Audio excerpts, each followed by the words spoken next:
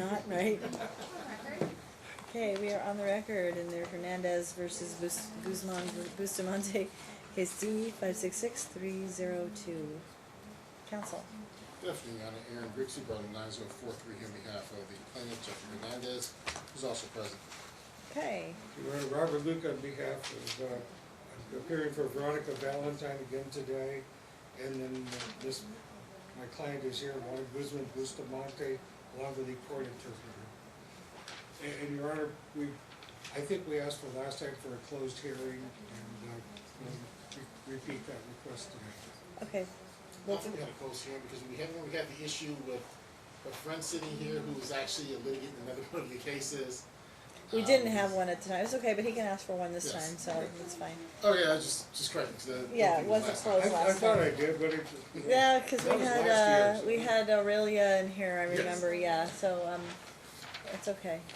So, Erna Sanchez Gaston, court certified interpreter in Spanish, MDSG 1459. Okay, perfect. All right, so this is the time set for the continuation of the parties' divorce trial. They have resolved all the financial issues. We're just down to these custody issues, as I understand it. Yes, Your Honor. Last we were here, we had the defendant on the stand. You had been cross-examining. Did you redirect? I can't remember. I'm sorry. No, I hadn't done redirect. Okay. Were you finished with your cross-examination or no? With your direct exam, cross-exam, whatever, however you want to. Your Honor, if we're just having her being presented at one time, there's been a lot of things that have happened since December 13th that I think are pertinent, and we would make an offer of proof that Dad's supposed to have their daughter Janae from Wednesday morning at 8 o'clock to Thursday at 7 p.m. and for the better part of the last 3 months, he has not picked her up and kept her overnight. And sometimes he's picked her up and taken her to school, but never picked her up at the end of the school day, leaving Mom with a dilemma because she'd be working. And then this past weekend, he picked her up not on Wednesday, but on Thursday, and then decided to keep her all weekend till Sunday night. So we're having these problems where Dad just does whatever he feels like doing. Since then, my client has a series of text messages back and forth with him concerning some of these matters. They're all in Spanish. I just saw them printed out for the first time today, and whatnot. So that, in a sense, there's been some developments that have just developed, come in the past, a couple of months since the last trial. There's also one other matter I want to make a record on. After the last court, the court indicated it would consider the domestic violence issue and so forth, and that's why we brought that up. And so I had discussions with Ms. Valentine, and she filed her motion to permit the daughters, Janae and then Mom's daughter by a prior, was it Michelle, to testify. And in the minute order on February 11th, the court denied it. But here's the dilemma I have, Your Honor. The domestic, it doesn't have to be told by the daughters. I mean, I think that's what the point was, is I was going to consider what you had brought with you. Am I misinterpreting the way that went down last time? That you had some additional documentation that you wanted to present that was not presented or was not disclosed during discovery. Help me out if I'm wrong, Mr. Grigsby. That's correct. But in terms of the child testimony, I don't recall that being brought up last time. Was it or was it not? She was. Yes, she was not disclosed as a witness. Right. Right, and I think I said that. That's right. You actually spent some time trying to look up the disclosure, the disclosure rules, and you had someone else looking up while the trial was going on, because you couldn't remember off the top of your head, and I couldn't remember it. Right, I but remember you dealt with those issues regarding Michelle, I believe her name was Michelle, and undisclosed witnesses and evidence, and we tried to find the site. Right, and so, I mean, and then, aside from that, I mean, you're talking about a child witness, which, yeah, as I recall it, I wasn't saying I would allow the child to testify. It was more about I'll hear the information because it was raised post close of discovery. Well, I'm the misinterpreting that. dilemma is the incidents occurred last fall, and then it was a TPO case, so, and Mr. Jeffrey, he was aware of it because he's the party named in there and was served. So he's aware of that. I know, but that still doesn't mean that just because he's aware that was the documents or whatever you brought at trial last time were disclosed. Hey, I'm going to use this as but I said I will hear it. I think even during that discussion we talked about, you're like, well, so and so was a witness to this, and I was like, no, like that's not what I'm talking about. I mean, that was, if I remember correctly. Yes. I stopped that whole line or that whole approach. Yes, Right. actually I watched the video again last night just to refresh my recollection of all this. We dealt with this issue at the time. Mr. Luke made the exact same argument, just trying to say my client was aware of the TPO, but you hadn't disclosed it, they couldn't use it. The other witness, they hadn't disclosed the witness that they want to use, and I was saying the other witnesses they didn't disclose, but I didn't say they couldn't use the TPO information or that existed. I mean, that Right. for sure can be used, because I'm going beyond.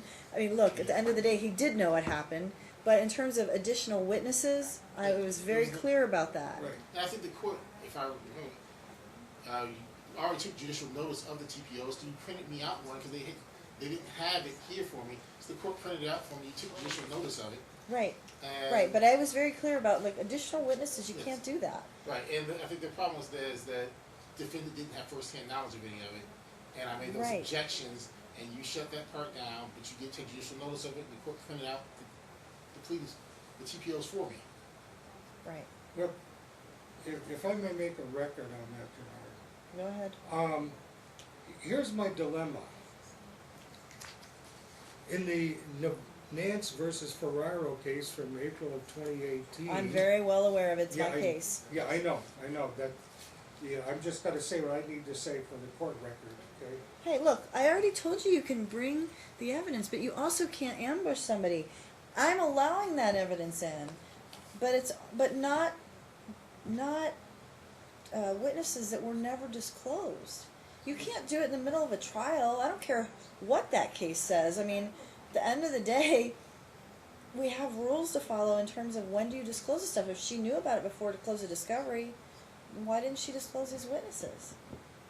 I mean, this is not your fault, because this was not your case. I mean, I get it. I understand, and I thought it was a serious enough issue that ethically I had to raise it. Okay? Sure, and she's going to talk about it. You're right, and my concern is this. What she knows about the incident, she heard, it's from hearsay from her daughters, and Well, if there's an exception, unless there's an exception, I don't know. Or is there, I mean, there are other rules that come into play. she was at work when this happened, and then when she found out the police were at her house or there was a problem, she left work early. It takes her almost an hour to get home from the M Resort up to North Las Vegas where she lives. Wait, look, all of that in and of itself, I mean, some of that was talked about last time, but all of that in and of itself lends itself to the credibility of the allegation, right? I mean, there's an allegation of some sort, and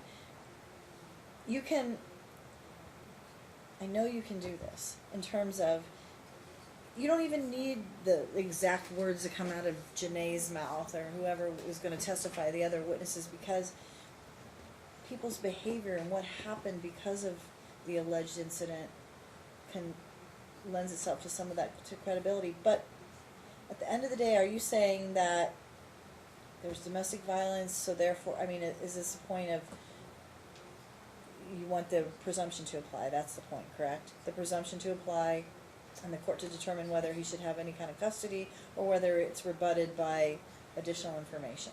Yeah. Okay. My dilemma is this, that this is a true catch-22, Joseph Heller style. And then in the Nance case, it says the courts must review domestic violence evidence when determining the child's best interest. In the Castle opinion they referred to, it goes on, the must hear all evidence, and the word all is emphasized in the court's decision. But does it mean that I'm supposed to stop in the middle of a trial and allow new witnesses to be designated? Your Honor, what I did is in NRS 16.215, and I met with Veronica to prepare that motion to submit the testimony. And it's under 16.25 subsection C2, which the court cited in its minute order saying we can't introduce evidence. Well, it's to say you can't. You Can't can't. introduce the child witnesses, okay? Well, you can, but you have to follow certain rules, and you typically don't designate a witness in the middle of a trial. That's all I'm saying. I mean, even if I mean, look, at the end of the day, if you think that it's an error because I don't let you designate a witness in the middle of the trial, fine.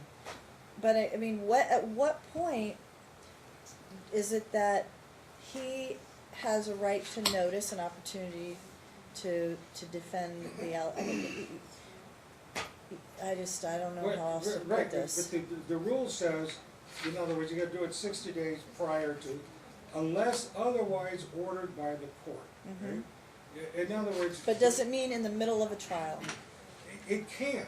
Okay. It can, and that's why I cited the Ford case, which is 1989 case, in which you can reopen take additional evidence when things have happened after the trial and before the judgment's entered. But it didn't happen after the trial. It happened before the trial. Right, but if it happens after a trial, that had to do with financial matters and tax consequences. But the policy, they said, was if there's significant evidence that even developed after the trial is over that materially affects the property distribution, you can reopen the case to bring that up. And what our request was to do was to reopen the case to that point where we could bring in the two girls who were recipient witnesses and victims to testify about the matter, to satisfy must Is there a provide all criminal the case evidence. pending or anything? No, No, he's never been charged. no. And that's the thing, and just to distinguish what's going on here from the case before case cited, that all happened after trial had begun. This stuff, these allegations happened months before trial started, so they had the opportunity, if they wanted to use these witnesses, to disclose them. And they chose not to do that. And this is the very definition I said last of ambush litigation. And this is Of what? Ambush litigation tactics is to wait till the day of trial, then to come in and say, hey, I got witnesses that we didn't disclose. And I would say this falls into the land baron investments versus Binding Springs. Oh my God, you're gonna have to talk slower and clearer. I'm sorry. Land Baron Investments versus Binding Springs Family Limited Partnership. It's a 2015 Nevada case. The Pacific Reporter citing 356 P.3D 511. And this talks about trial by ambush and what kind of constitution defines trial by ambush. And typically it's when it occurs when a party withholds discoverable information and then later presents this information at trial, effectively ambushing the opposing party to gain an advantage through surprise attack. And this is exactly what's occurring in this case. And I understand this is not Mr. Luke's case, but he's yet to say cite any reason why they could not have disclosed these witnesses sometime between September and the close of discovery. He's just like, they didn't do it, and he's just asking this court to make this an exception to rules of civil procedure in due process, because they didn't do something that 16.2 makes it clear that they have to do. Right, because I mean, look, Mr. Luke, here's the thing. And she can testify to what she knows, and I have a TPO application, and I mean, the request was denied, but that happened back in September. Discovery closed, when was our last trial date? It was December 13th, I think? Yeah, December 13th. Yeah, Discovery so closed. Discovery closed probably November 13th-ish. And so that's 2 months later. There was plenty of time for the 60-day motion. There's plenty of time for a motion prior to trial. Plenty of time for me to say, okay, I'm not even going to require 60 days, but it's plenty of time that everybody can, depose or question the child or find out what the child's going to say. And now we're here in the middle of the trial, and I get this request. Well, let me rebut the ambush allegation here. It's not an ambush allegation here because Mr. Hernandez was a respondent in the TPO case. Yeah, but in the entire case, look, to say, in any of these cases, no matter what the allegation or what the issue, you're supposed to disclose, what's that? Can you sit down? Yeah, you No, can you know, sit. you just, you know, Yeah, you he sit can down. sit, I don't know why he's still standing. Well, but if he comes in here and says he didn't know anything about it, well, that's a real problem too. Well, he didn't say he didn't know anything about Well, it. that's what I'm saying. If he came in and said he didn't know anything about it, he's a participant in the matters that we're talking about. Well, you can ask him all about it. Yeah. I mean, You already ruled that. I'm not foreclosing the opportunity to discuss the TPO and or the incident. Put him on the stand and ask him about it. I'm just saying that the rule requires for children and or for any witness to be disclosed. And you had plenty of time, not you, but she had plenty of time to do it. And so I think that you need to go ahead and pursue that line of questioning with him and with her. And then if I deem that I think it's necessary for me to have additional information or additional evidence, then I'll make that determination. But at this point, I think that the rules are the rules, and especially mid-trial for something that happened before the trial started. It'd be one thing, like you said, if we started the trial on December 13th, there was a domestic violence incident that happened on Christmas Day, okay, fair enough, you know, then we'd have to expand what we allow, but I just don't, I just don't see it at this, in this point. Okay, no, my obligation was to You make a did it, record. and you did it. Yeah, You and did. I, You did it, and I think I made mine too. yeah, no, that's, You know, that's and exactly look, the I point. get, look, Nance Ferraro stands for the proposition that, again, it expands on Castle v. Simmons. Did the court know, or did the other party not know, right? And Castle v. Simmons says that. Then, if you get to the point of trial, and somebody wants to bring up old evidence of domestic violence for the purpose of defending the custodial scenario, you can say, look, you need to know why custody looks like this, because there was all this history of domestic violence, or that's basically the gist. I mean, there's more to it, Right. but I get it. But does it say that I should allow people to bring things up in the middle of the trial that happened prior to? I don't think so. Yeah. I don't think that it's a free-for-all just because it's, look, domestic violence is a serious issue. I get Right. it. But there's a fine line between when do we just throw all the rules out the window? And I don't think that's Well, what we they're telling me we did need throw to the do. rules out the window because we filed a formal application and. Middle of the trial, though. Right, well, in between, Because what would have happened if we finished the trial that day? The only reason that we didn't finish the trial, so it gave you an opportunity to take another bite.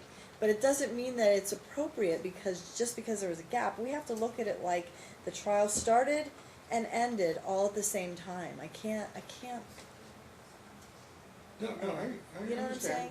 I mean, All right. see, Okay. Castle was one where they settled the case or something, and then it was years later they Sure. bring it up. Because the court never knew, right? Yeah, the And that court- was the same thing with the argument was the same regarding Nance. Yeah. And the way I look at the Nance case is that it's kind of expands on issue preclusion and claim preclusion, and allows a limited exception to those Mm-hmm.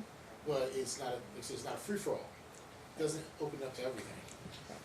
Okay, so I'll look up your case too while we're sitting here, but you're still in the midst of your case. Yes. Are we finished with her or no? I can't remember. He was. I'm not sure Finishing if up he's with- with this cross I'm not sure if he was finished with this cross either. Do you want to then just, Well, you know, in the interest of moving the case along today, I will recall her and present her as my witness. do you want to like go beyond the scope of direct and just finish her? Is that what you're saying? No, what I'm saying is, he could proceed with whatever witnesses he wants to call now. Oh, Then- you'll call her as your then witness in later. my case, Okay. I will call her. Oh, you'll call her as your as witness. a witness. All right, I thought you were saying Yeah, put I her thought down. you said. I was gonna say I that's thought you were fine. saying put her on now and have her as your witness. Okay, we'll No, let no, you no. finish your case. Let's do this in an orderly fashion. Okay. So you'll finish your case, and then Mr. Luke, you can call her in your case in chief. and we'll let you go from there. So, Okay, with that then, are you going to recall her? Yes, if he's finished with his cross-examination, I have a couple of redirect Okay. questions. You're finished with your crossover, because he called her in his case. until, yeah. Yeah, and then you'll call her back up when it's your turn. Yeah, So, she'll go Other than subjects he may bring up on this. on new redirect, processing. correct, On okay. re- On recross, whatever, yes, exactly. It's really redirect. Okay, She's good going to question. the stand. Yes. Yeah, she's coming up to this.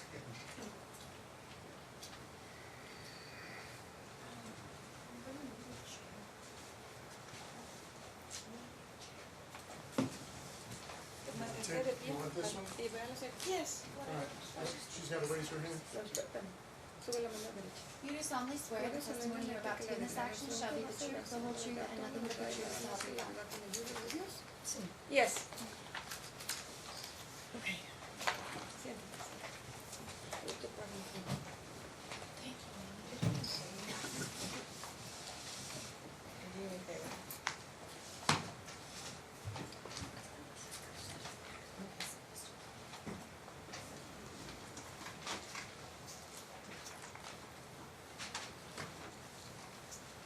So, Mr. Grigsby, you're up.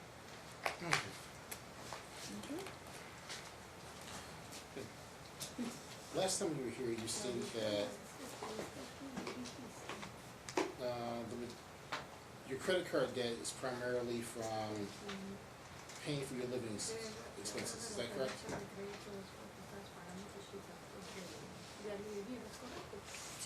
Yes.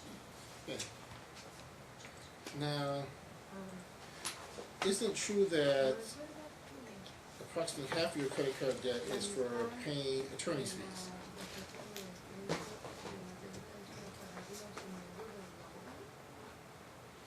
Your Honor, we've settled all the property and debt I thought you issues. did.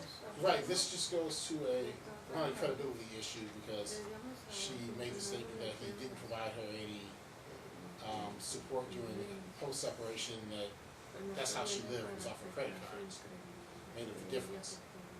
And just kind of exploring that piece a little bit more. Just one of her main things was that all of her credit card debt was primarily from living expenses. Okay, but what does that have to do with their custody? Goes to credibility, veracity, for truthfulness. If half of a credit card debt is actually for the payment of attorney's fees. Okay, but how do I, okay, so how do I know that?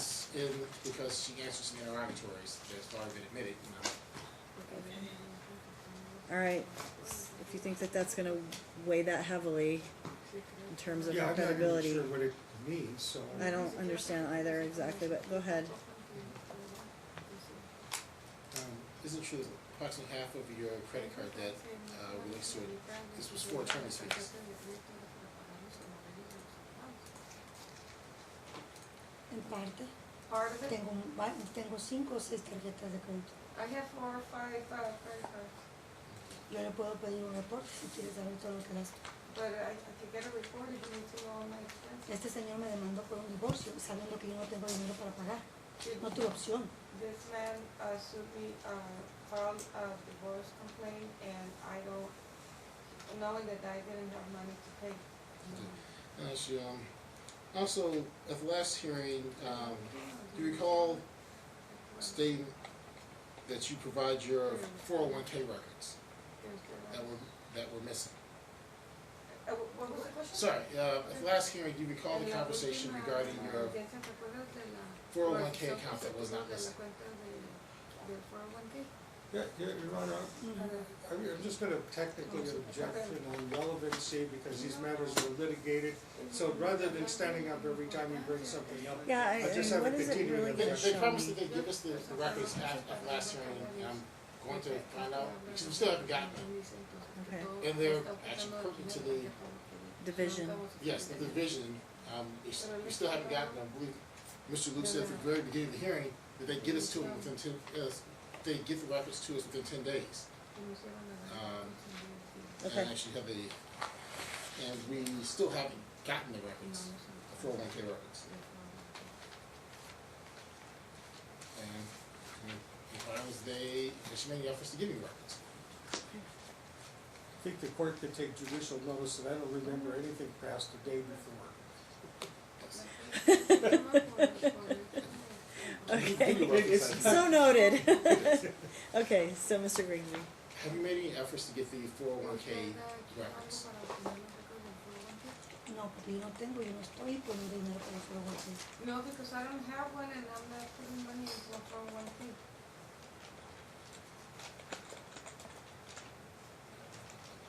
Do you recall at the last hearing that you pointed out that your paychecks shows a contribution to a 401k? Es lo que hay una pequeña porción que se me pone, pero yo no estoy poniendo dinero, yo no sé cuánto tengo, $88 creo. Alright, that's a small portion that the casino puts into the 401k. I don't put any money into the 401k. I have no idea how much it's worth. $88 maybe? And do you recall that you were going to obtain those records from your employer? La verdad lo olvidé. To be honest, I Olvídase. forgot about it. Okay.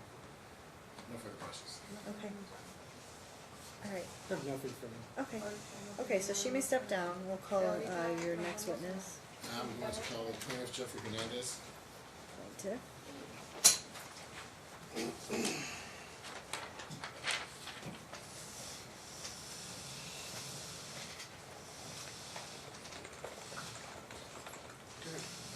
Raise your right hand, face the court.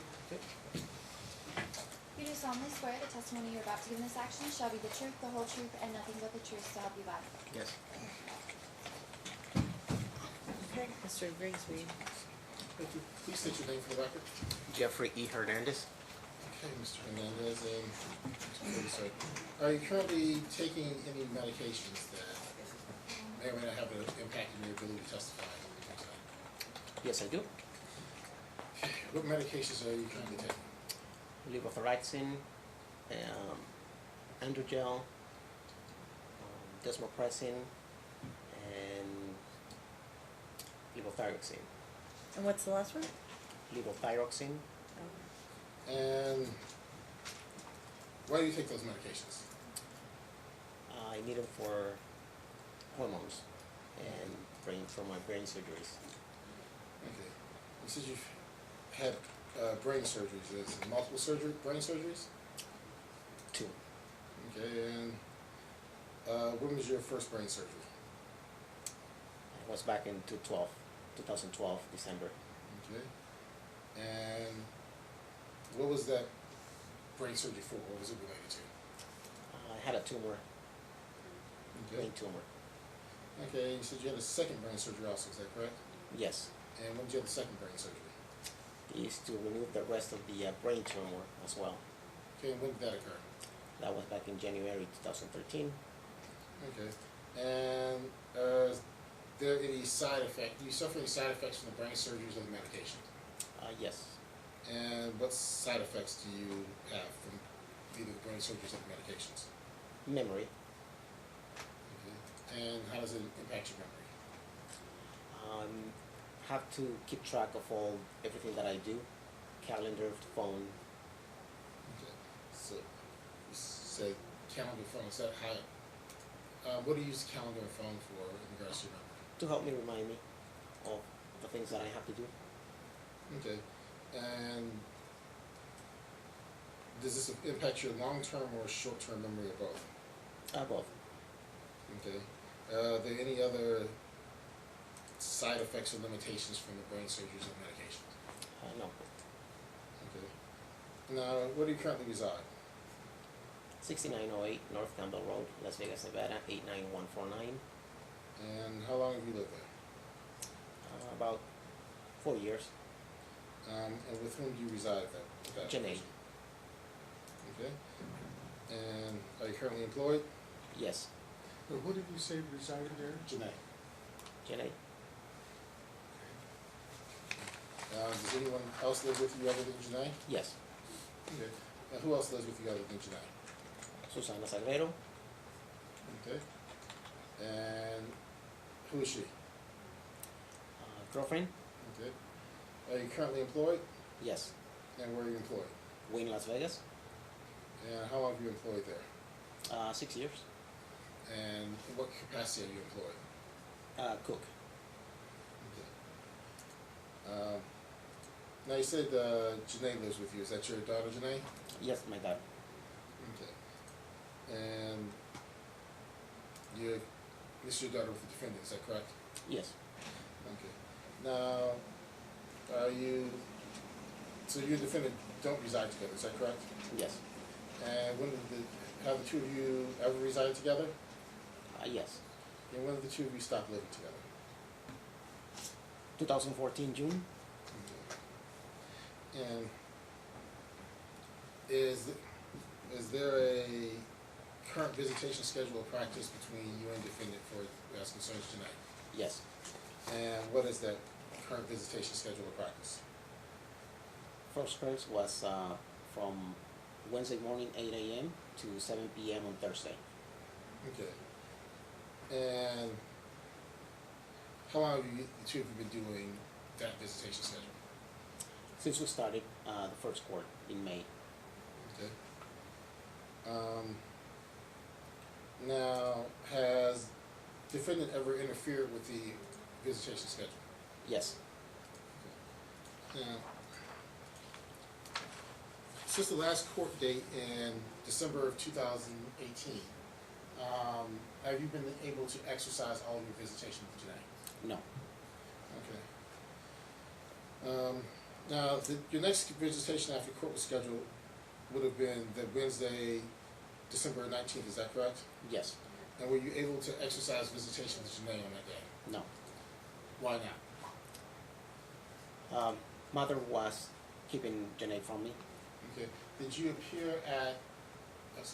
How does the visitation normally occur on Wednesdays? I pick her up at 8 a.m., pick her up from school after school. Okay. Did you show up? Where do you pick her up from Wednesday mornings? Mother's house. And did you show up at defendant's house at 8 a.m. to pick up Janae on December 19th? Yes. And was Janae there available for pickup on December 19th, 8 a.m.? No.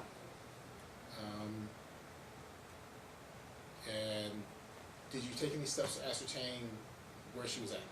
Yes. Okay, what did you do? I picked her up from school. She wasn't there. Okay, so you're saying that you went that same day to pick her up from school?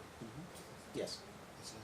Okay, and she wasn't available, just want to make this clear, so she wasn't available to be picked up from school on December 19th either, is that correct? No. Okay, and did you try to contact defendant or Janae regarding where she was at? Yes. Okay, what efforts did you take to contact her? I text Janae and I called Janae. And were you able to get in contact with Janae? No. Okay, did you try picking her up the next day? Yes. And was Janae available for pickup? No. Okay. Did you eventually contact defendant regarding Janae's unavailability? Yes. And did you receive a response from defendant? Janae's phone was broken. So the defendant's response to Janae's phone was broken. Yes. Did she give you a response about why Janae wasn't available for pickup? No. Okay. Did you take any other act? I'm sorry. So the next Wednesday did you try to pick up Janae again on that next Wednesday? Yes. And was Janae available for pickup? No. Okay.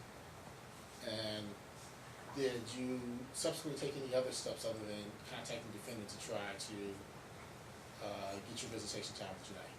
Yes. What steps did you take?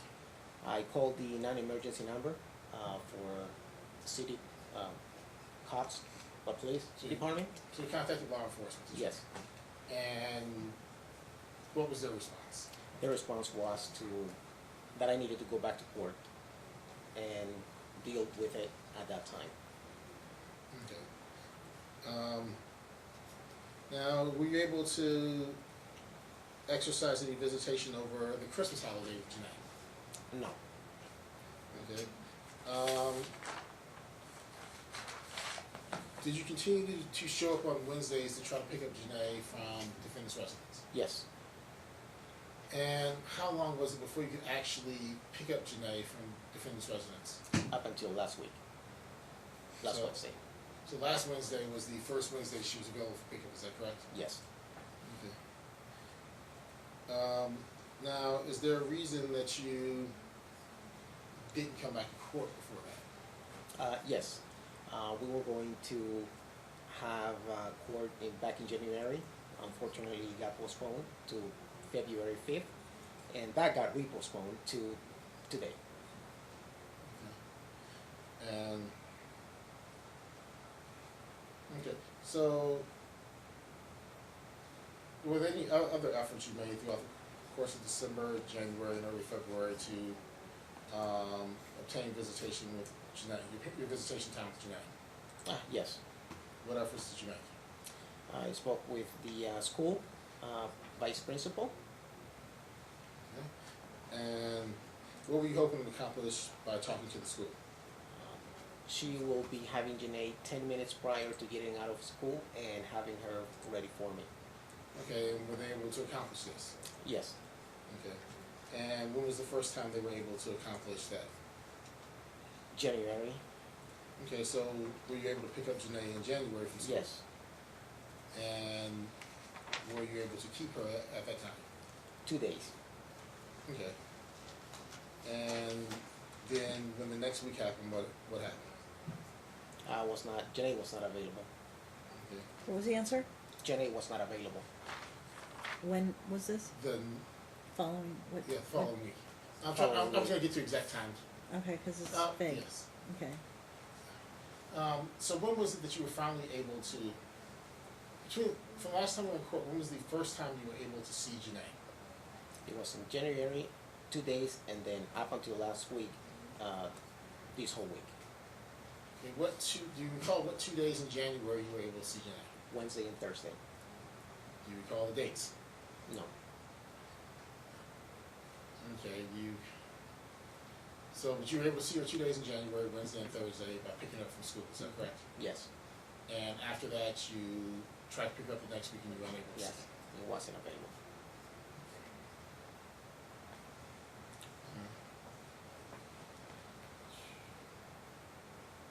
Okay, now was this the only time period, this time period that Janae hasn't been available for the visitations? Yes.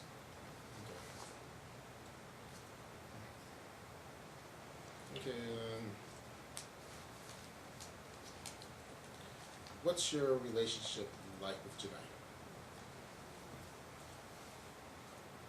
Excellent. In one word. You're gonna have to speak up. Excellent in one word. Yes. Okay, so can you describe Janae and how the two of you interact? Janae is a very unique girl. She's very intelligent. She's very talented in a few things. She likes to play in the park. She likes animals, and she likes to make clay. So she likes to make Clay. What is it called? Things that you make with glue and some sort of baking soda and water. I can't remember what it's paper called. mache? I'm sorry? You're talking paper mache?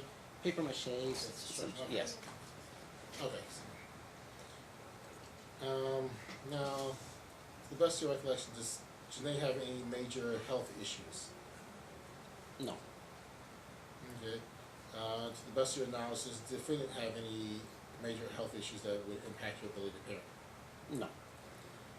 And other than what you mentioned earlier, do your health issues impact your ability to parent Janae? No. Okay. What do you consider your strengths as a parent?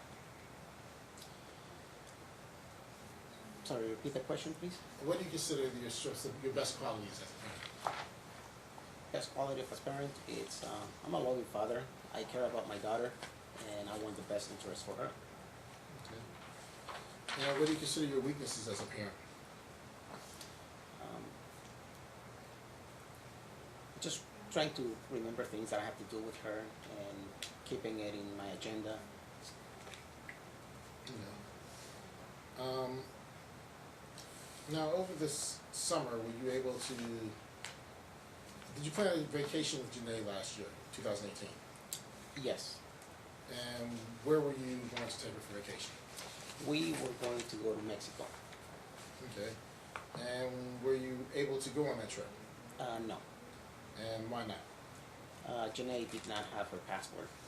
Okay. Did you make any efforts to obtain a passport for Janae? Yes. What efforts did you make? I text mother, and mother refused to go to the post office and sign for the passport form. Okay. How far in advance of the trip did you request that the defendant assist with getting the passport? A year. Okay.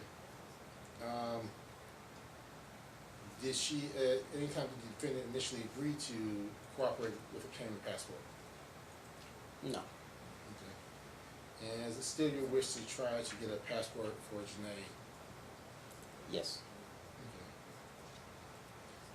Okay. Now, when did you and defendant separate? We separated in 2014. Okay. And post-separation, did you provide any financial support for Janae? Yes. And what kind of financial support did you provide? I pay for the rent, gas, utility, and food. And that would be at the place where she resided with the defendant, is that correct? Yes, and car insurance as well, and health insurance.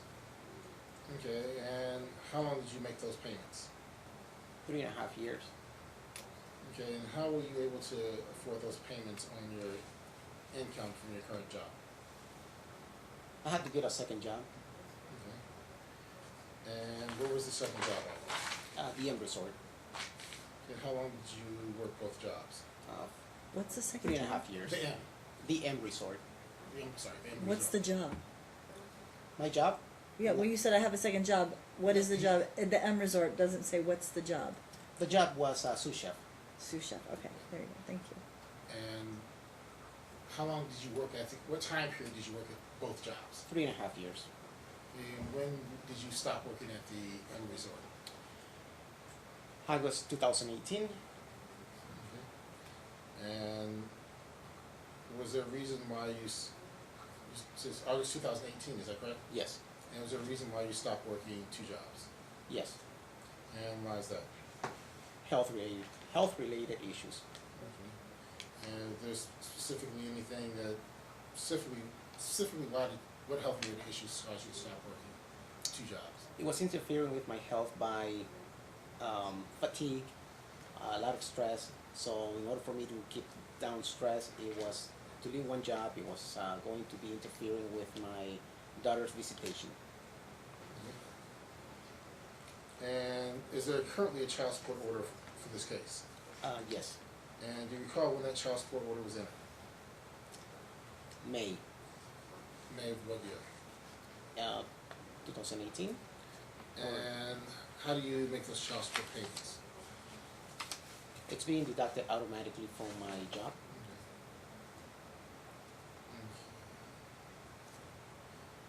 Okay, let's see. Other than the incident you talked about from this in December 2018, was there any other time in 2000, since this case started, where defendant interfered with your ability to visit with Janae? No.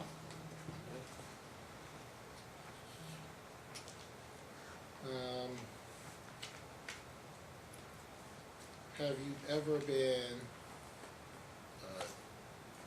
convicted of any crime during the course of the marriage? No. Have you ever been arrested for any crime during the course of the marriage? No. Have you ever been investigated by CPS during the course of the marriage? No.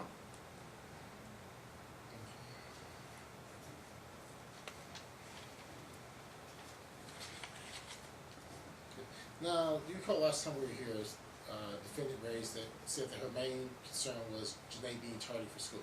Yes.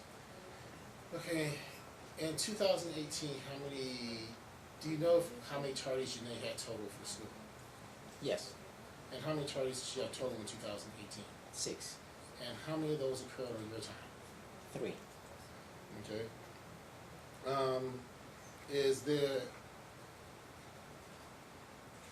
Was there any special circumstances that contributed to those tardies during your time period? Yes. And what circumstances contributed to the attorneys during your time period? Being called at the last minute because of defendant unable to take her to school on her own time. Okay, so although these times where Janae was tardy were times you took her on defendant's time? Yes. Okay. So how often has defendant called you to request that you transport Janae to school on her time? Those are the only times. Okay. And when she does make that call, have you always made yourself available to take Janae to school? Yes. Now, what custody schedule do you want this court to impose? I would like this honorable court to grant me what I was first, before we even came to court, the visitation from Wednesday through Saturday. And that's what we were doing up until we had our first court and what the judge ordered. And so that'd be Wednesday from what time till Saturday at what time? From Wednesday 8 a.m. to Saturday 7 a.m. Okay. And do you believe that custody schedule is in Janae's best interest? Yes. Okay. Now, Janae also has a sibling, is that correct? Yes. And is that sibling, who's your sibling? Michelle Garcia Guzman. Okay. And do you know where she resides? She resides with mother. Okay, and that would be her mother's a defendant, is that correct? That is correct. Okay. So the custody schedule you propose would allow Janae to maintain her relationship with her sister? Yes.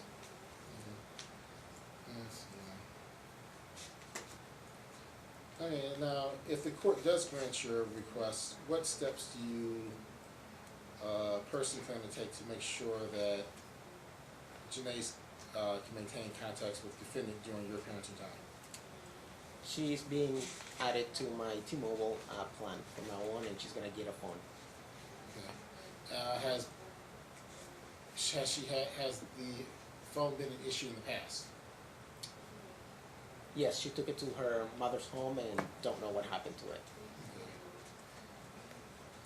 Okay. Now, you testified earlier that during the December 2018, we testified earlier that subsequent to the last court date, one of the reasons you were unable to contact Janae was because her cell phone was off, is that correct? Yes, correct. Okay. And if you provide her a cell phone, do you think you believe that would alleviate that problem? Yes. Now, how would you describe defendant as a parent? She's a good mother. Okay. Do you have any doubts about her ability to meet Janae's needs? No doubts. Okay. What would you describe defendant's greatest strength as a parent?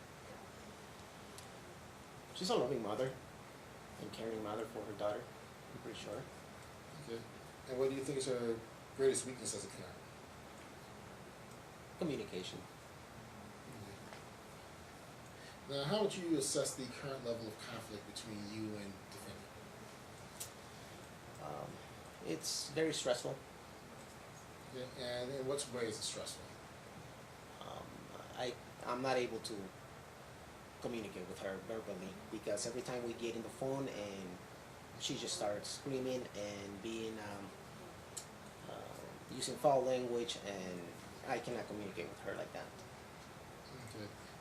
Is there anything that you think would help you and defendant communicate better? Yes, And what do you think would help the two of you communicate better? via text messages. Okay. So just some form of written communication you think would be allow the two of you communicate better. Yes.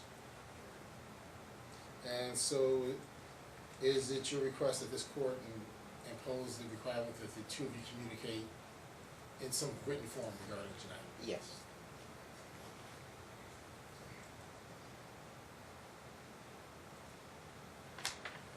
And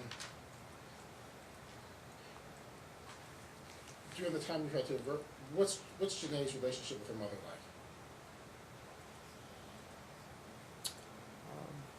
I would say it's a good relationship, I could say. I don't know in depth, but from the time that I was with her, I mean, she seems to be, she seems to have a good relationship with her.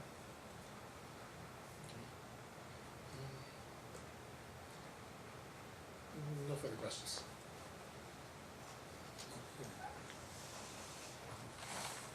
Just to be clear, Mr. Hernandez, you worked a second job at the M Resort? That is correct. Until when? That is correct. When? 2018. When do you start? August 2018. No, when did you start at the M Resort? When did I start at the M Resort? 2014.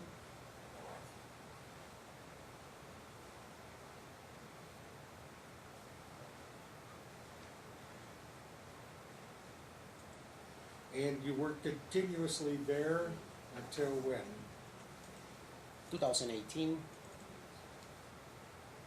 When in 2018? Do you remember? August. August of 2018. And then that was your second job, right? That is correct. Okay. What were your main job was the Wynn Hotel? That is correct. Okay. Now, when you worked at the Wynn it's the Encore property, isn't it? Encore property, yes. Okay. What are your work hours? It varies. Okay, what are your work hours? It can range from 60 to 80 hours. It depends. If it's busy, we'll make 80 hours. If it's slow, we'll make minimum 65 Okay, hours. but on the day shift, I mean, you work days or swing shift? Swing shift. Okay, and what are your hours on the swing shift? I start at 4. 4 o'clock to midnight? Correct. Okay, and then, and what days are your days off? Wednesday and Thursday. Wednesday and Thursday, okay. And then, what was your shift hours at the M Resort? M Resort. 6 to 3 p.m. 6 a.m. to 3 p.m.? That is correct. And what days did you work? It's, if I recall correctly, let me see, I think it was from 6 to 3, and then I believe I had Wednesday and Thursday as well. Okay, so you worked basically 4 to midnight at Encore, and then 6 a.m. to 3 p.m. at the M Resort. That is correct. Okay, so you also worked at the M Resort on what, Friday, Saturday, Sunday, Monday? That is correct.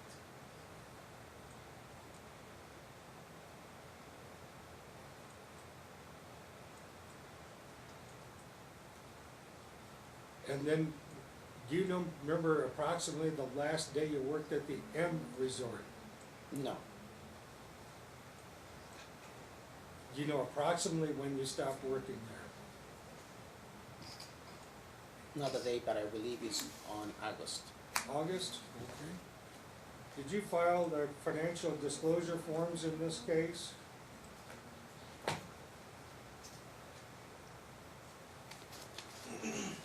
Yes? Okay. And I believe you filed one on May 3, 2018, is that correct? Yes.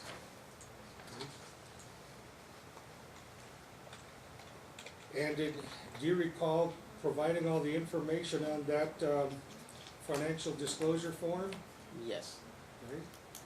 And is it true that the only job you listed at that time was the Wynn Encore? Yes. You did not list the M Resort as a job?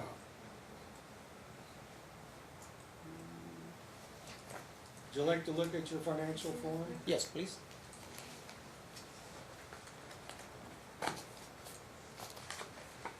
May I approach the witness, Your Honor? Yeah. Right, I'm showing you what's been filed with the court on May 3, 2018. It's called the General Financial Disclosure Form, and that's your name, right? Yes. Jeffrey, okay. And then is that your birthday, 8/25/75? Yes, Okay.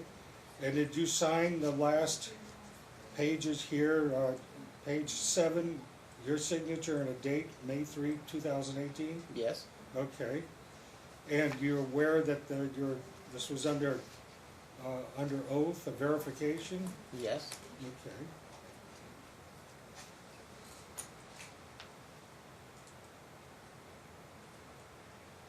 And can you read this part up here, just where I have my finger, talks about, I swear or affirm? Yes, it says, I swear and affirm under penalty of perjury that I have read and followed all instructions in completing the financial disclosure form. I understand that by my signature I guarantee the truthfulness of the information of the form. I also understand that if I knowingly make this false statement, I may subject to punishment, including a contempt of court. Okay. Okay?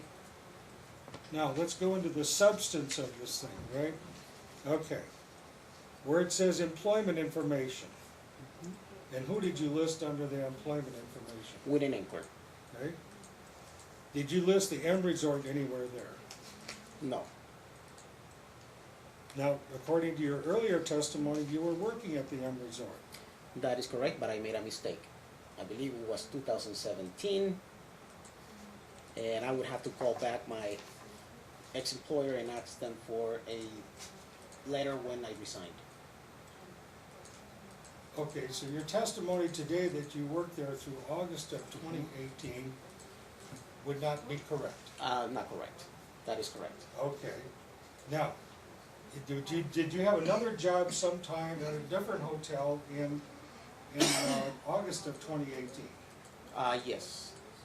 Which hotel was that? The Cosmopolitan? Okay, so now you worked at the Cosmopolitan and not the Air Resort. Yes.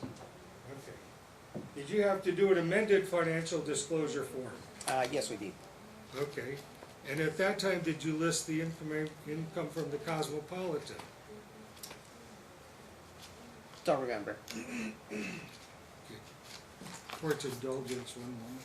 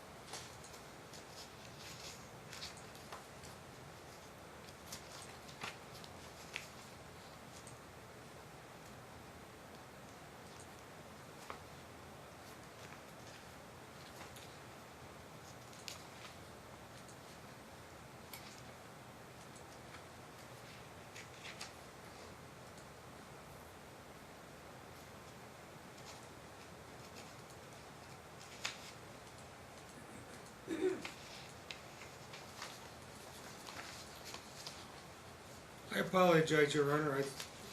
I reviewed this before and I noticed that there was differences in the financial numbers, but I don't. He does actually list the Cosmo, So just so you know. September 2018. Yeah. That's what I was getting at, is he did amend it Yeah, and listed in September of 2018 when he Yeah. worked at the Cosmo. Yes. yeah, I see that. And he said he started August 20th of 18, Okay. Yes. And then he did a third amended one in November. changing that again, yeah. Yes. Yeah. Did you ultimately leave the Cosmopolitan Hotel? Yes, I left. Okay. So, how long was it between the M Resort and the Cosmopolitan that you only had one job and not two? How about 8 months, maybe? Yeah. Okay. During the time that you were separated from her, going back to 2014, is it your claim that you paid household expenses and so forth for Juana and her children? That is correct. Okay.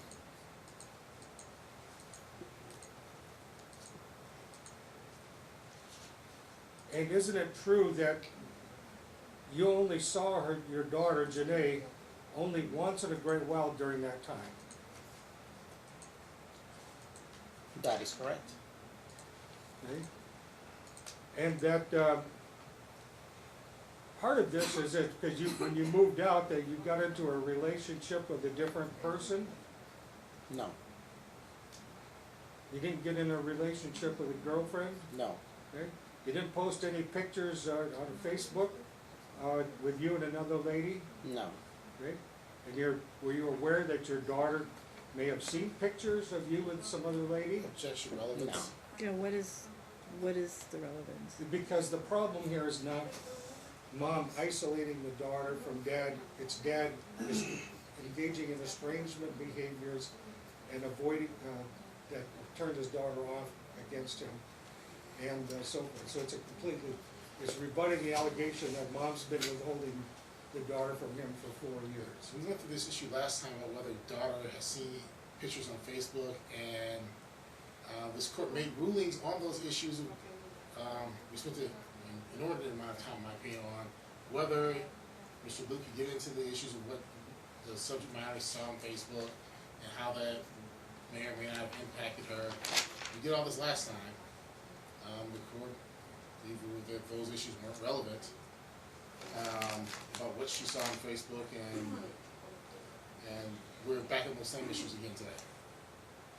Yeah, I mean, and look, I have to look at them as they are right now, number one. Number two, I mean, I obviously look at their history, but are you trying to say that because he worked 2 jobs and wasn't able to exercise a lot of time with her, that that's what caused some No, problem with him and his child? No, It doesn't sound like he has a problem with him, between him and his child, but...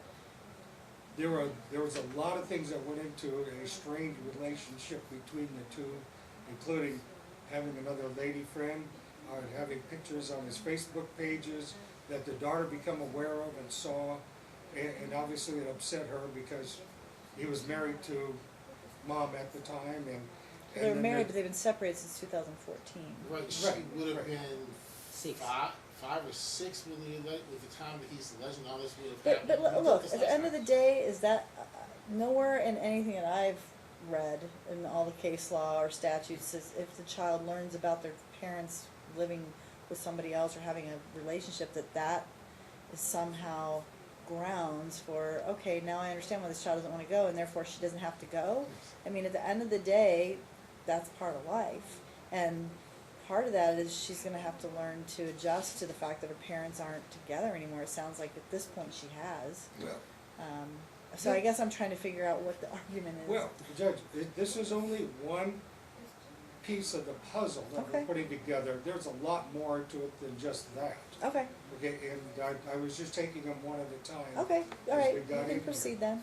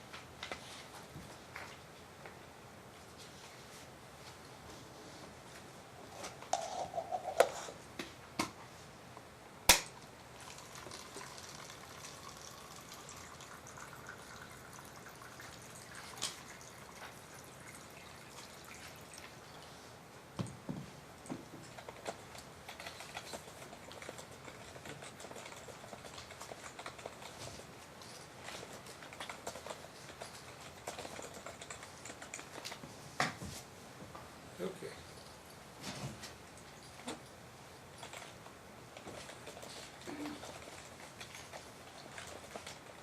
Now,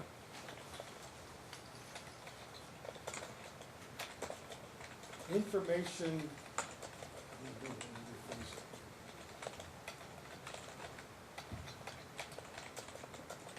Michelle, I mean, Juana has a daughter. Okay, Mr. Hernandez, Juana has a daughter, Michelle, by a prior relationship, right? Yes, give me 1 second. I gotta take my medication. Okay.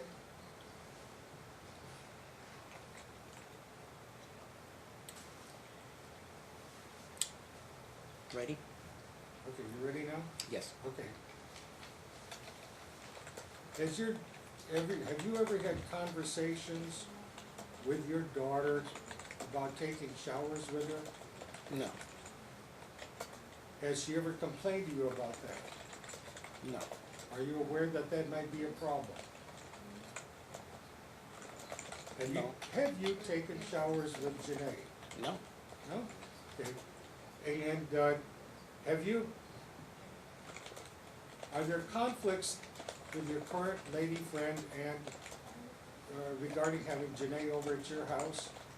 No. Okay.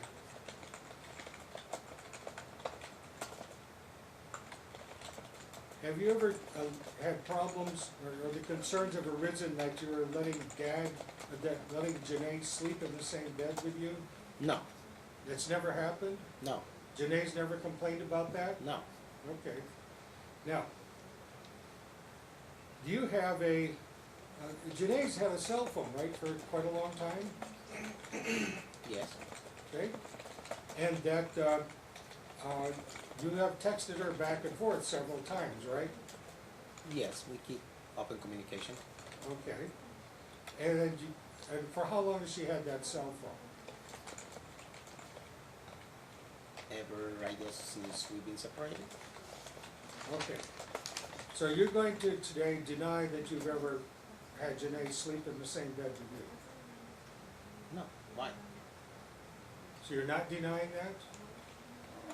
I never slept with her. Okay, so you are denying it? Yes. Okay. With their problems, yeah, okay.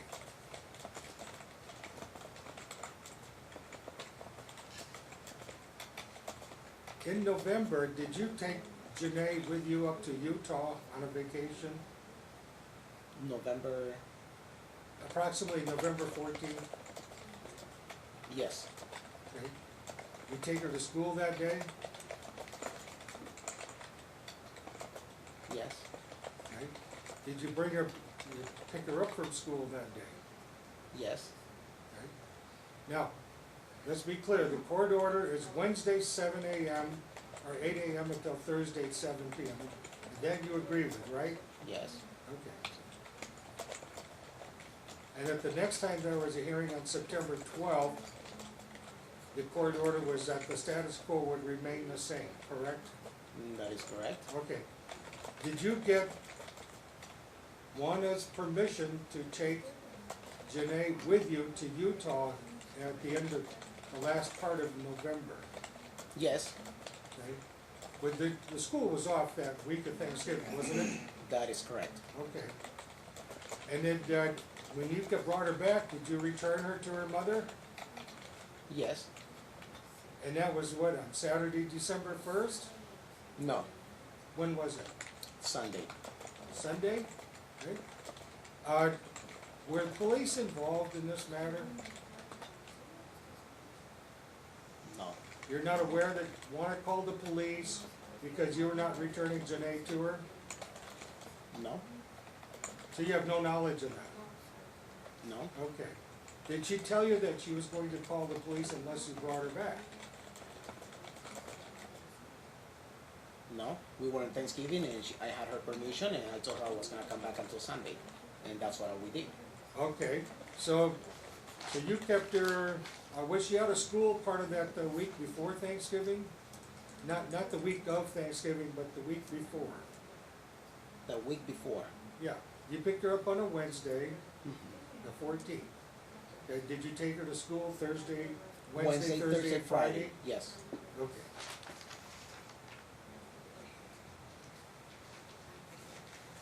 Up until the time while you were separated from her, you're claiming that you paid all of these expenses at the house where Juana lived? That is correct. Okay. You didn't pay any direct child support, correct? Everything was paid through the bank Okay. to her.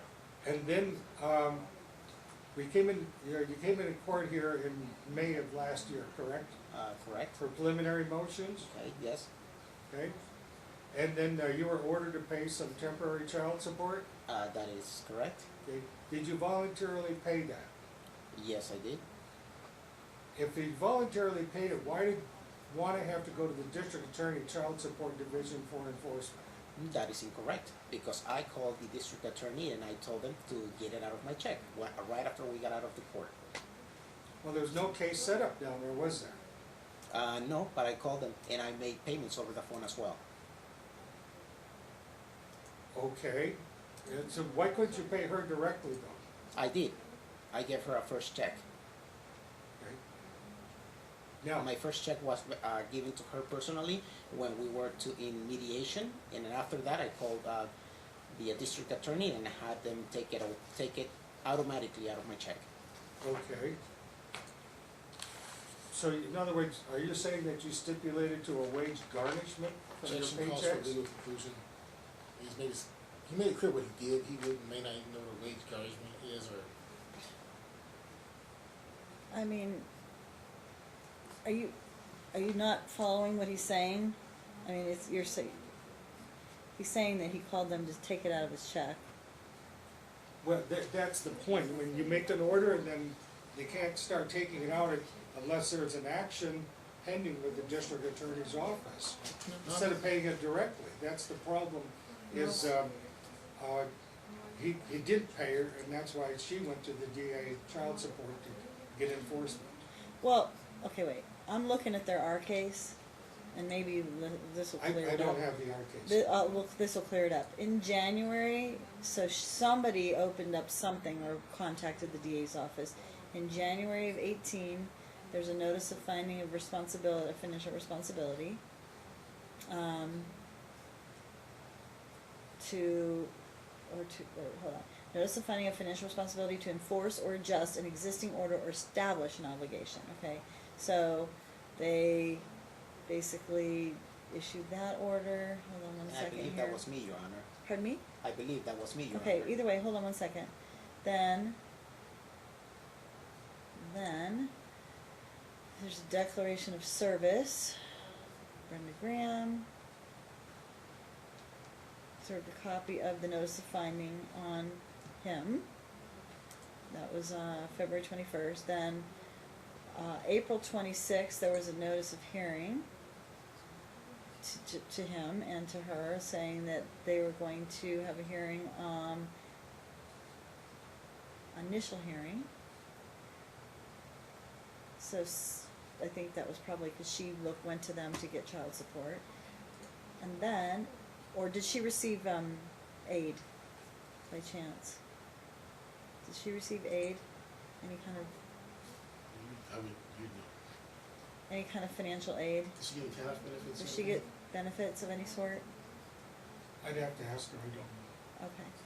And then on 6/18, there was a notice of entry of the master's recommendation, which of course isn't attached, which drives me nuts.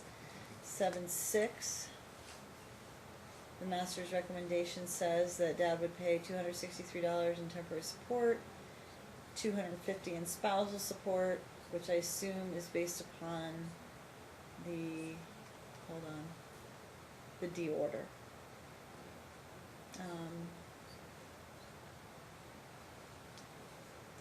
So here's what it says.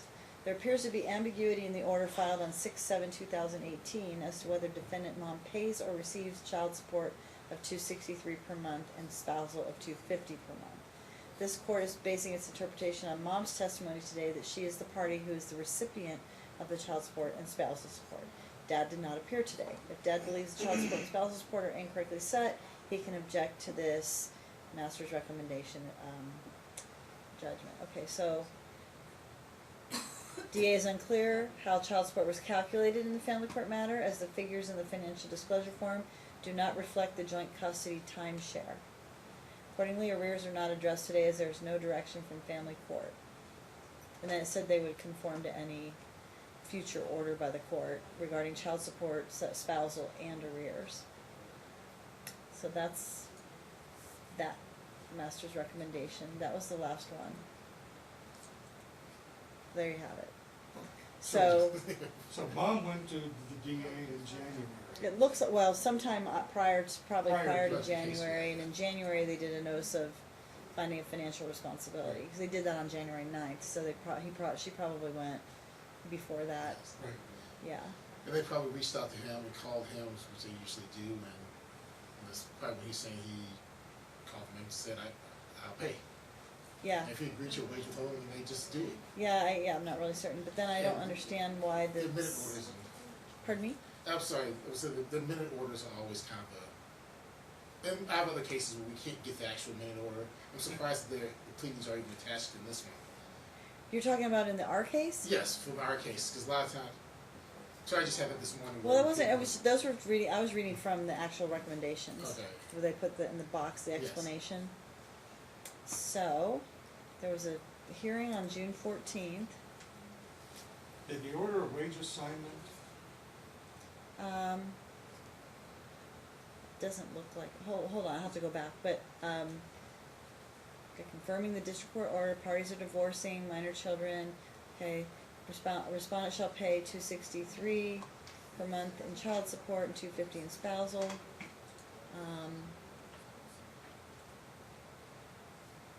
That's repeating what was already in the, hold on, stick with me. Master's recommendation says,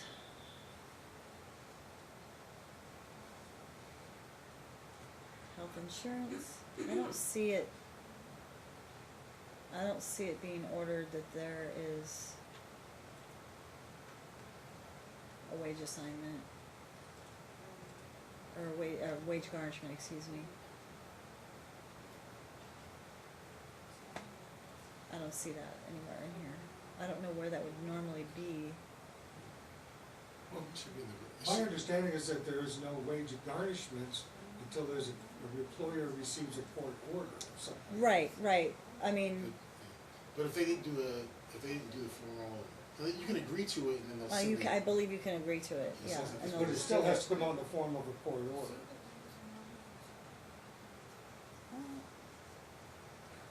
I don't know if that's the case. I mean, hold on 1 second. I mean, that's it. That's all that's in this case. So, you've heard all of it. I agree with what he's saying is the best way we do it, but that's just, a lot of times not what happens down there, and this isn't terribly unusual. My experience with DA family support is that, they're very document oriented. You gotta have an order, or you gotta have something. for Really? everything they do. No, it's the next person. If someone says they'll pay, they collect. Yeah. That's it. Okay. I mean, I just look at the record of what they do over there, and I mean, I just don't think that procedurally it's kind of confusing a lot of times. Yes. A lot of times notice isn't great, but in any event, that recommendation just confirms whatever was previously ordered as I understand it. Now let me look over here. Look at the minutes, hold on 1 second.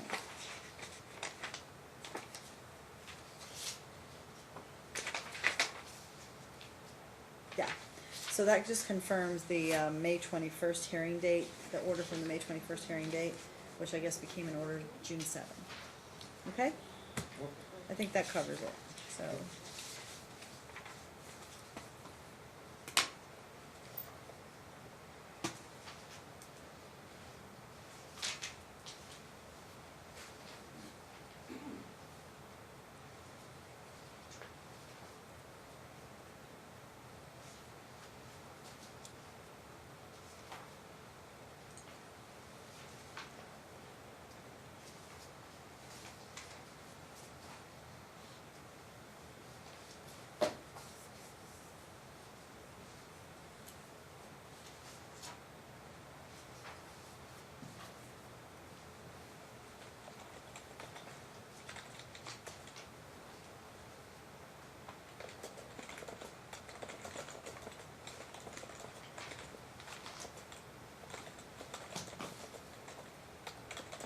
Mr. Hernandez, in the past,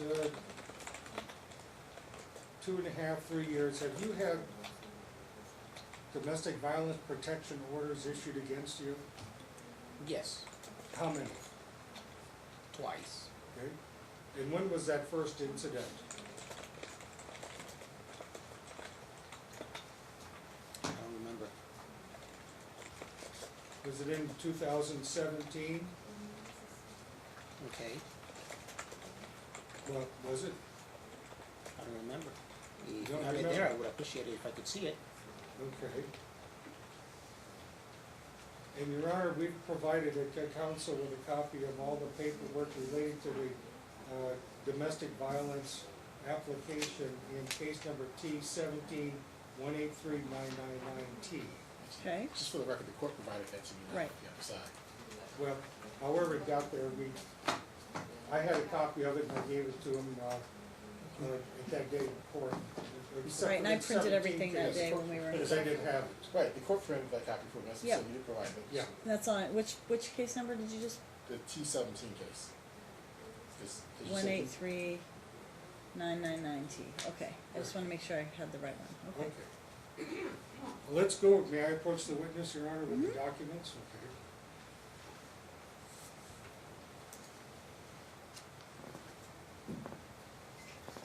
Okay. First, you recognize this as the case number T-17-183999 from the 2017 case? Okay, yes. Okay. Let's go over to the application. And you recognize that this application was written by, Objection, I guess if he's not refreshing the recollection, is he having him testify from the document? Well, he's not having him testify from the, what do you mean? Because he's asking him to, actually, I guess, I mean, he's having him to identify the document at this point, right? that's all I'm doing. Okay. I mean, even okay, I if, thought the question was different, actually, I thought he was asking him to basically read from the document. And say, I don't know. best We'll evidence. see. Yeah, okay. First of all, is the person here, Juana Guzman, is that your wife? Yes, Okay, and that's you, Jeffrey Hernandez? that is right? correct. Okay. And did she sign this back in October of 2017? Do you recognize her signature? Yes, Okay. And was this application, or first of all, was there a protection order that was issued against you that is correct. and it was served on you? That is correct. Okay. Okay. So have you had an opportunity since our last court appearance to review these applications and these documents? Actually, I hired an attorney, and that case was closed. And by the way, that handwritten report was not made from her; it was brought up in court as well. Well, I'm asking, did you have a chance to read over this paperwork before we got, while we were going over this? No, because that case was closed. The question was, since you're in court on December 13th, and your attorney got a copy of it, did you have a chance to review it between December 13th and today? No. Okay. So you're not, okay. Actually, I think we have two copies here.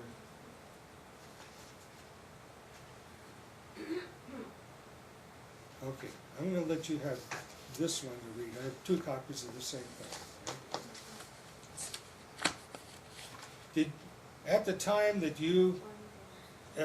this incident allegedly happened, did you have access to your house where Juana lived? No. Did you have keys to the house? No. Okay. Did you ever go over to the house after the time you were separated at that time? Specifically, did you go into her house on October 18th, 2017? No. Okay. So you didn't go into her house? No. Okay.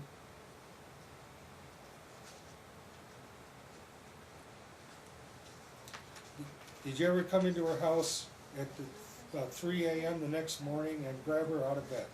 No. So you didn't. You don't remember anything, or you just deny that anything ever happened? It never happened. Okay, let's go to the application. Okay, and I'll show you where that application is.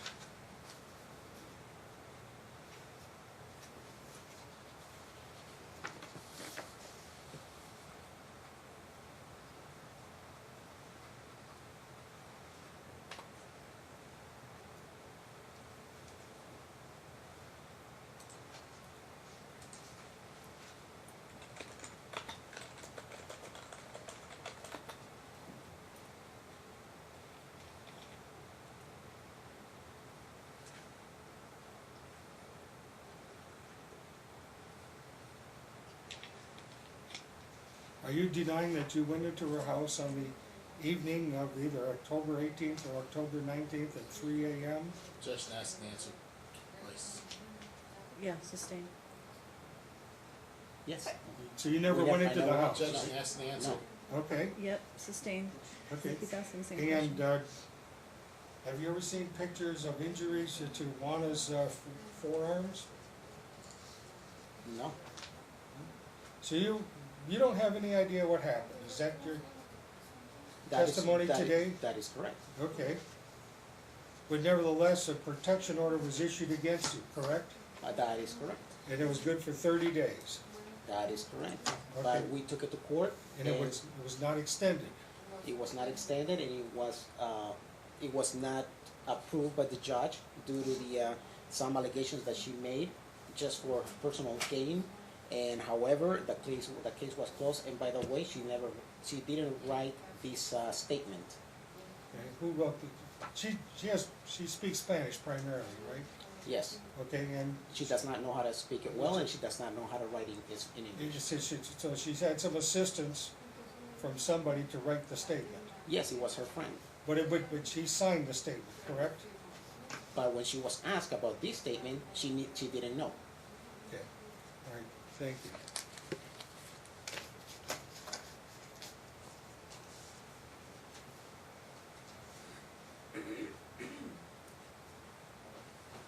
Now let's go to 2018. Do you remember having the second TPO case at T18-191996T? Yes, Okay.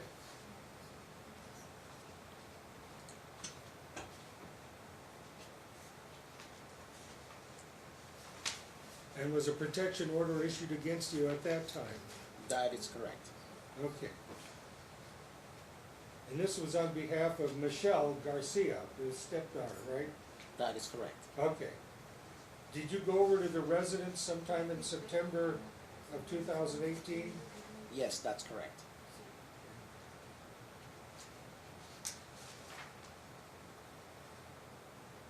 Okay, was that a day when Janae was supposed to go with you to go with you after school? That is correct. Okay. Did Janae refuse to go with you? Yes, Okay. Was that a day when the mother, Juana, was working at her job at the M Resort? that is correct. Okay. Did you go over to the house at about 7 o'clock? 7:30. 7:30, okay. And who was in the house? I did not know at that time who was with Janae. I called her mother.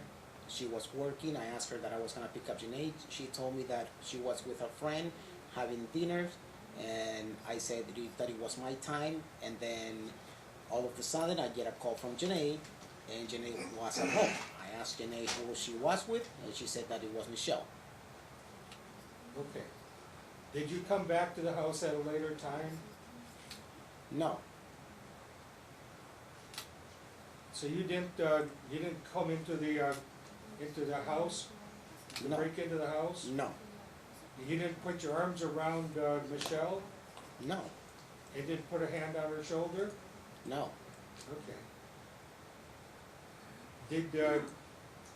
Were you there when the police were called? Yes, Okay. Did you stay around? yes.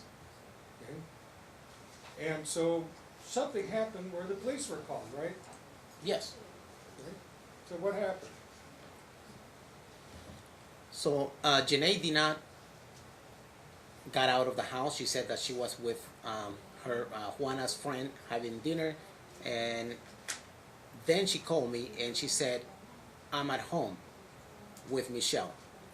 However, Michelle, when she got out of the house, I was in my car. She went to throw the garbage, and then she said, "Oh, Janae is not here." And I said, "Janae just called me, and she said that she's home." Well, I don't know. Let me find out.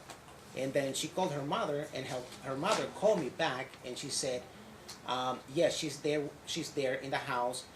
Just go down, just knock on the door and get her." And I said, "No, I'm not gonna get her because I'm being threatened by Michelle's boyfriend that he's gonna kick my ass and he's gonna beat me up." And I stayed in the car. Okay. Nevertheless, there was a confrontation of sorts, right? No, there was no confrontation between him and I because the cops were called. Okay. And Janae And however, had decided on her own, right, to come take the bus home from school? no, it was instructed. It was instructed by her mother to take the bus. Apparently, her friend, who was supposed to be a witness, said that she picked her up. Don't know what happened.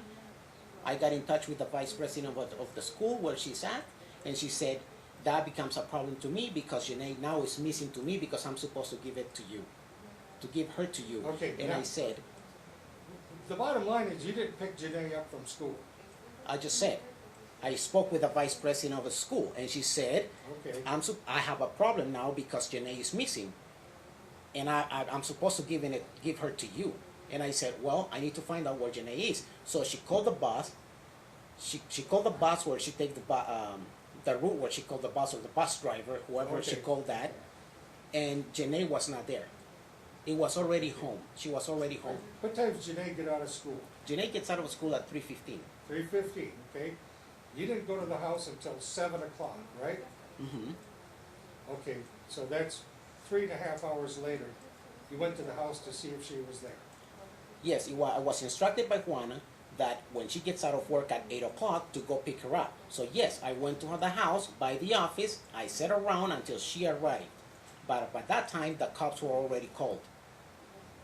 Okay? Who called the police? I was in the process of calling the police because I was being threatened by her boyfriend, Michelle's boyfriend, which by the way, I raised Michelle when she was 3 years old. What And- time was it that you called the police? Well, the police didn't let me finish. I was on the phone when the police said, "Just drop the phone and let us talk to you." So I hang up the phone when the dispatch received my call, but they already had called the police. Okay, somebody else had called the police? Yes, Michelle did because that's what the police officer told me. Okay. When did you call the police for the first time? When I saw Michelle's boyfriend, right up there when he got in. I'm asking you, what bike. time? What time? 8 It was- o'clock, 9 o'clock? No, it was 7:25, 7:20, 7:30. Okay. So if Michelle says that you had broken, invaded the house and came in, she would not be truthful? That is not true. Okay. Now, you said on direct examination, and again, that you don't sleep with Janae? No, I don't sleep with Janae. You ever have text messages back and forth with Janae? Absolutely. Okay? And, okay, I'm gonna show you some text messages, and I'm gonna ask you if you can identify them. Okay. Check Since you've out. seen this. No, these documents have not been disclosed to me that he's intending to use right now. We had this issue last time, and I don't think these documents haven't been disclosed. In fact, she disclosed any documents, Well, other than some tax returns. the problem is that the subject, he opened the door during the trial of last December 13th by asking my client if there were problems, and she says, yes, I have an issue with Dad sleeping with Janae, and went in and testified of it.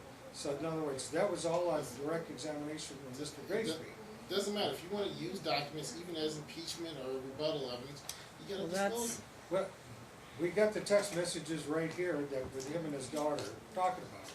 And you haven't disclosed, you should've disclosed them if you wanted to use them, you didn't disclose them. I Hold haven't on seen a them. second, we went through this last time, I'll pull the rule again, because one rule is less clear than the other when it comes to when you can bring those in. Cause I made specific mention of that, and I'm just looking through the, Yes, you made specific mention of the text messages last time, but my objection was the same. This was one of the reasons the court looked at the For ruling. witnesses, okay, hold on. So for witnesses, for a non-expert witness, you must disclose them at any, okay. Hold on a second. Name and address, if known, of anybody you wanna call in proceedings, including for impeachment or rebuttal, at least, 45 days before trial. The issue of a document, whether it's disclosed for prior to trial or whether it's for rebuttal, isn't as clear, I'm saying. Do you have one that says that exact same thing that you can point me to? Because I looked high and low. Yeah, actually, I It's not- didn't do this since we did I that issue did- last time. I and- did it, I know, I And did. you found documents last time, you found witnesses last time. No, I found witnesses, not documents. I thought it was the other way. No. after the last court Wait a minute, hearing. here we go, hold on a second. I believe additional exhibits J through N were provided to Mr. Grigsby's office by Ms. Burris, which included proposed exhibit L, which is the text messages. Even if that's true, you can't disclose exhibits after the trial is over. I'm saying it's not Well, true. I guess you can't, look, I'm gonna go with this. You can't disclose documents in the middle of a trial. If there's something you're trying to shore up or somehow support your client's position. If you're trying to impeach or rebut some kind of testimony, I guess that's arguable, but that's not what you're doing with that document. He's agreeing with you that there was a discussion about this, correct? Yeah, and I'll make an offer of proof, and that is that there were text messages back and forth between Dan and Janae with a reference of sleeping, sleeping with you was discussed in text messages. In other words, it's a direct admission against interest on this matter, and it contradicts exactly what he's been saying. Well, you can ask him a question without using the document, without presenting the document. He's already denied that he ever had anything to do with sleeping with Janae and so forth, but the text messages we have are say quite the opposite. Then you should disclose them if you want to use them. You can't wait till after the trial starts to, although I'm saying you didn't do it, even if you did do it after the trial starts, you can't wait till after the trial starts and say, here's some stuff I want to use, and then it looks like you have a piece of a text message chain from what I can just see by looking over there. You have to disclose all of the text messages, You not a don't. piece of You not a don't. piece of a chain. You can disclose a piece of the chain. Rule of completeness allows you to go to the rest of the chain, but Yeah, but I mean, he doesn't but have in to- the middle of trial, but I can't do it in the middle of trial. Well, I the- understand. The problem is, that kind of a policy encourages people to completely deny anything and everything and just say well, if whatever you they want to thought, say. wait, it's not my policy. Hold on one second. Yeah. There's discovery rules. There are disclosure rules. I don't make the rules. I'm just applying them. But look, I'm going to pull the one that I did find last time, 16.2 D. I'm sorry, 6.2 D.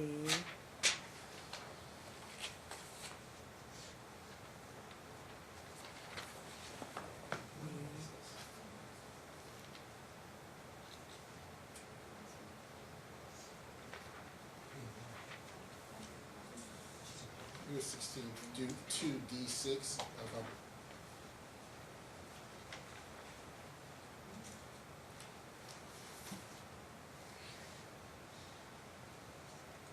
I mean, I'm looking at 2D. I mean, the end of 16.2 says, a copy of every other document or exhibit, including summaries of other evidence that a party expects to offer as evidence at trial in any manner. That needs to be disclosed, but that's really broad. I'm looking for anything that would allow additional documentation that's beyond the discovery close. That, Well, hold on a second. the problem always comes up with impeachment Mm-hmm. when a person you know, at trial, it starts, you know, denying that they ever said anything in this regard.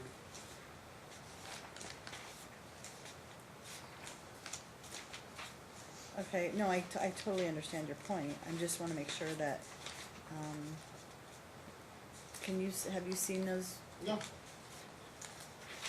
And I guess that's part of the point. We're in the middle of a trial here, and I haven't seen documents that they want to use. If there's text messages that you think might be relevant, or then you just disclose them.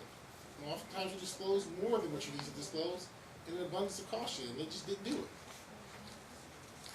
All I can then relate to the court is Miss Valentine said we got the supplemental stuff, then we sent it over to Mr. Grigsby's office. Now, I personally didn't do that, and I'm not, you know, and I gotta find out whether or not there was any kind of a proof of mailing here, just a motion. Hold on one second, stick with me here.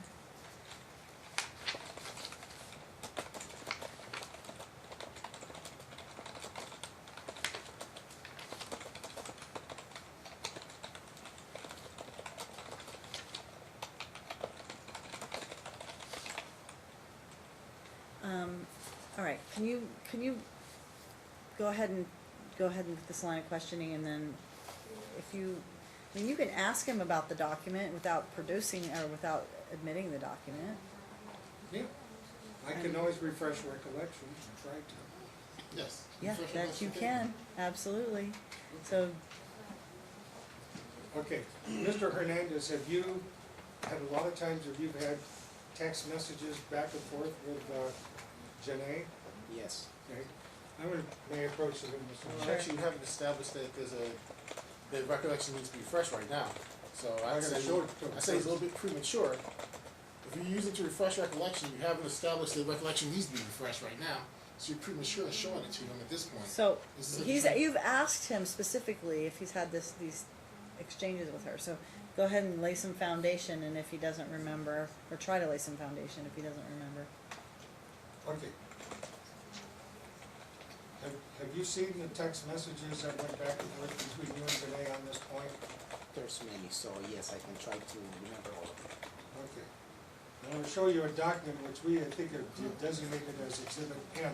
See whether No, we still haven't, the foundation hasn't properly, I'm just asking him to look at it and see if it But no. refreshes his but recollection. you haven't established that recollection needs to be refreshed. Guys, can you just, do you remember having these discussions or exchanges with your ex or ex-to-be?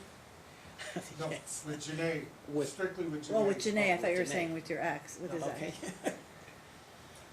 Do you recall having them? I've had so many conversations. Right? Okay, so what's this one particular about? Whether or not he was sleeping with Janae at his house. When? At his house. at Recently, my house. just very recently, September. Of 18? Yes. Okay. Yes. Okay. You remember this? It's been so many. Okay, Times. question. This particular topic, do you remember it? Okay. Between you yes. and Janae? Okay. Yes. You do? I guess I don't know what it says on the Doesn't paper. sound like you do. Answer the question, yes or no. Do you No. recall having a No. discussion No. with your daughter via text about allegedly sleeping with your daughter? I don't know when, but go ahead. Go ahead, No. Mr. Luke. You can refresh his Okay. recollection. I'd like you to look at what we have as Exhibit M, and that's just for our record here, and see if you can recall that text message communication with Janae.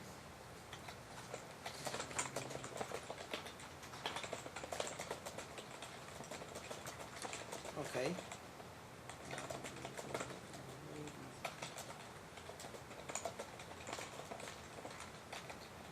Okay. Does that help refresh your recollection? Yes. Okay, so And there's missing stuff in the. what, does it help refresh your recollection? It does, okay? Yes.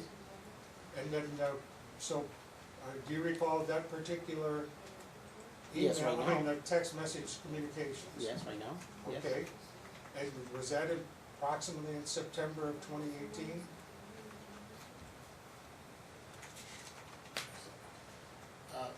That's Yeah, the same I here, don't but think his okay. recollection's been refreshed because he's still he's looking at the document for a date. So I don't think, you can't testify from the document that's not being admitted he refresh his recollection and take the document away. Correct. So I'd ask Mr. Luke to take the document away at this point if he's an asset. Take it away, and then he Yeah, I can don't- talk about what he remembers. Yeah, Okay. just- Now, was that subject, Ray, stated in this text exchange with Janae? That you were Yes. sleeping with her, No, I'm not sleeping with her. okay? Did you text and tell her that you miss sleeping with you? Can I also just really quickly interject here before you go any further? A party that without substantial justification fails to disclose information required by 16(1)(2) or 26(e)(1), or to amend a prior response to discovery as required by 26(e)(2), is not, unless such failure is harmless, permitted to use as evidence at trial, at hearing, or in motion, any information not so disclosed. That's the other Yes. rule. So, I think that's the one that I was looking for. I mean, there might be others, but the witness one is the one I just read you under 16(2) about you can't use it even for impeachment or rebuttal if they haven't been disclosed during the discovery period. And then this is the other one regarding documents. So, just saying, Mr. Luke, I wanted to make sure I was clear on the record about that, because look, the last thing I want to do is stop you from being able to put on your case if the rule allows it. But we have the discovery rules, we have those periods we have to comply with, and trial by ambush isn't the way we want to do it. And not saying that you're attempting to ambush by any stretch. I understand the rules have changed so much over the years and have become so much more strict about that. I think early on, if you had an impeachment document or a rebuttal document, you brought it in and you didn't disclose it, and then when you do the but I just caught you, telling me something that contradicts this document, but you can't do that anymore. So, in any event, No, but That's- see, here's my concern, and I was looking back through my notes.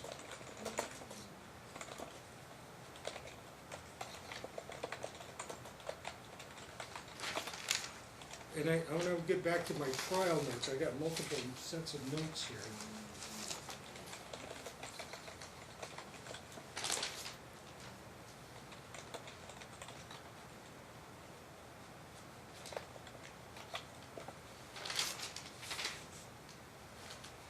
And Mom was testifying, and during a question that Mr. Grigsby asked her during that proceeding, Mom stated that Janae told her that Dad takes showers with her and also sleeps with her, and that so in other words, they're aware of the testimony and and so forth as of December 13th, because he asked the question. And to me, that opened the door that there was but there's still, you can discuss it, the topic, but in terms of bringing in additional documentation, anything that you wanted to raise at trial should have been disclosed. That's all. Yeah, no, I mean, I was advised by Ms. Burris's office that the supplemental exhibits were served on Mr. Grigsby's office. When were they served? That's what I'm looking for, and Okay. that's why I didn't represent Okay. that there was actual service, because I was only told that. Okay. And I'm looking for a receipt of copy. Okay. I not a believe problem. what he said, what Mr. Luke said earlier, it was supposed to happen sometime after the last trial date. Oh, that's what I was So trying to that find would out. still, that's what I'm saying, even if it did happen, it doesn't excuse, it's still late. Right. Okay. I'm going to take a quick break while he's looking for that information in his file, or what he's looking for. And I don't know what I'll find, but it's almost 4 o'clock, and I need to get Yeah, I back was to just the quick saying, break. Mr. Hamlin. Just 5 to 10 minutes. Okay.